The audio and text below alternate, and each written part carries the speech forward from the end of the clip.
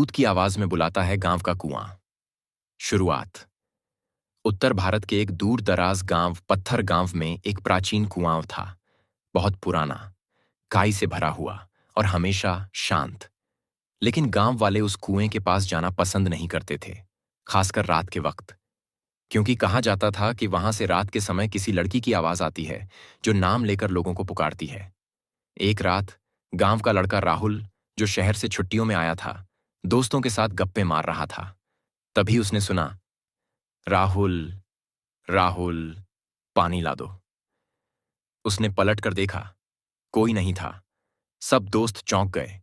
गांव के बुजुर्गों ने बताया, कुएं से अगर कोई तुम्हारा नाम लेकर पुकारे तो कभी जवाब मत देना, वो आवाज इंसान की नहीं होती। कहते हैं 30 साल पहले उसी कुएं में एक लड़की सीमा की लाश मिली थी। वो कुएं से पानी भरने गई थी और फिर कभी वापस नहीं आई। लोगों ने बहुत ढूंढा, लेकिन तीसरे दिन उसकी लाश उसी कुएं में तैरती मिली। आंखें खुली हुईं, चेहरा डर के मारे टेढ़ा हो गया था। तब से उस कुएं को मरा कुआं कहा जाने लगा। राहुल को आवाजें सुनाई देती रहीं। हर रात वही लड़की का स्वर, धीरे धीरे और करीब से, राहुल, नीचे आ जाओ। एक रात उसने रिकॉर्डिंग करने का सोचा। जैसे ही कैमरा ऑन किया, अचानक आसपास की हवा भारी हो गई। पत्ते हिलने लगे और कैमरे में एक धुंधली छाया कैद हो गई। लंबे बाल, सफेद साड़ी, लाल आंखें और चेहरा अधा जला। राहुल ने गांव के पंडित और अघोरी बाबा से संपर्क किया।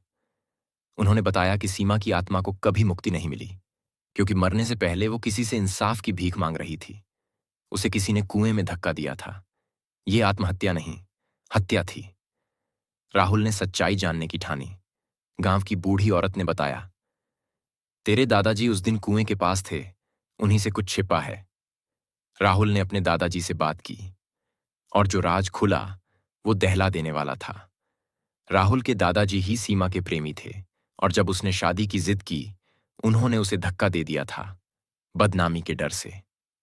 राहुल ने उसी कुएं के पास पूजा रखी और सीमा की आत्मा से माफी मांगी। पूजा के दौरान भयानक घटनाएं हुईं।